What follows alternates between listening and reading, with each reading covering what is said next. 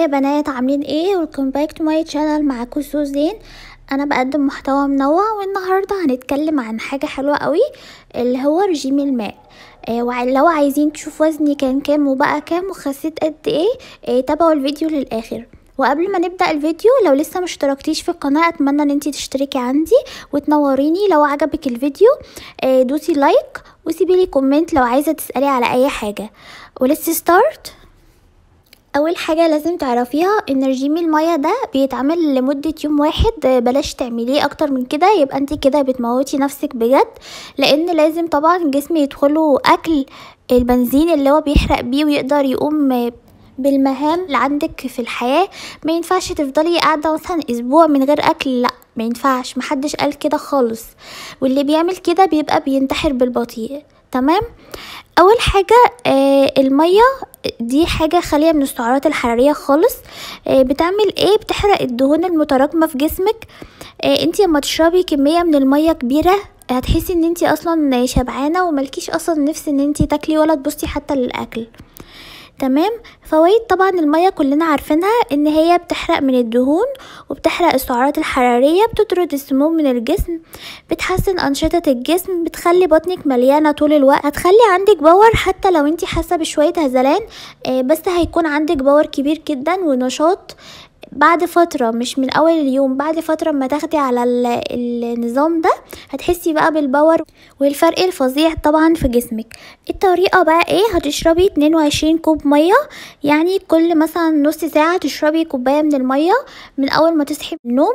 طبعا مثلا صحيتي الساعة 8 او 9 تبدأي بقى ان انتي تشربي مية من الوقت ده، هتلاقيهم ان هم خلصوا على طول. لو كل نص ساعة فعلا شربتي كوباية مية، هاتي المية قدامك وكل شوية اشربي، حتى لو بق مية كل 5 دقايق كده، لو انتي مش عارفة تشربي الكوباية على بعضها.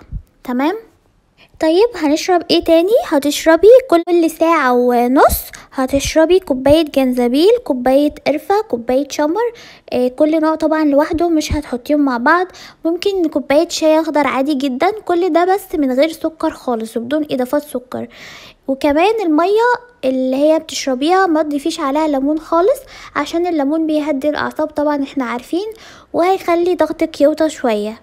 كمان طبعا ممنوع انك تقطعي الفاكهة في المية، عشان احنا مش عايزين اي سكريات خالص نهائي في اليوم ده، فمش هنعمل كده. طيب هنشرب ايه تاني؟ هتجيبي من عند العطار شعير، هتغليه على النار في لتر مية، وبعد كده هتصفيه وتسيبيه يبرد خالص. وبعد ما يبرد هتبدأي ان انت تشربي منه كل ساعة كوباية لحد ما اللتر المية ده يخلص. وبعد ما بيخلص ما بتكرريش الموضوع ده تاني خالص. تمام. في بقى حاجة ممكن تعمليها لو انتي بقى خلاص جوعتي جدا ومش قادرة، بتعملي حاجة اسمها شوربة الكوسة او الفاصوليا. بتغلي مية على النار بدون اي اضافات نهائي، وبتحطي فيها الكوسة وشوية توابل من اللي انتي بتحبيها، اي توابل عادي.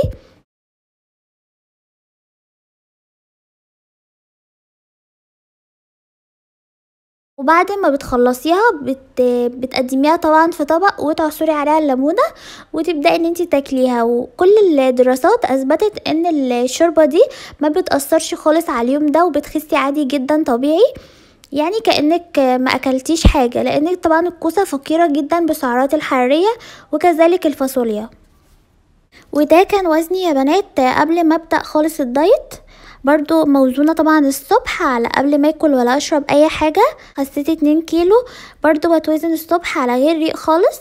ده الوزن اللي انا وصلت له، وادعولي اكمل لحد ما اوصل للوزن اللي انا عايزاه. وان شاء الله يعجبكم الفيديو، وتابعوني في اليوميات بتاعتي بتاعت وجبات الدايت، هيعجبكم جدا. وان شاء الله اشوفكم في الفيديو الجاي. باي باي.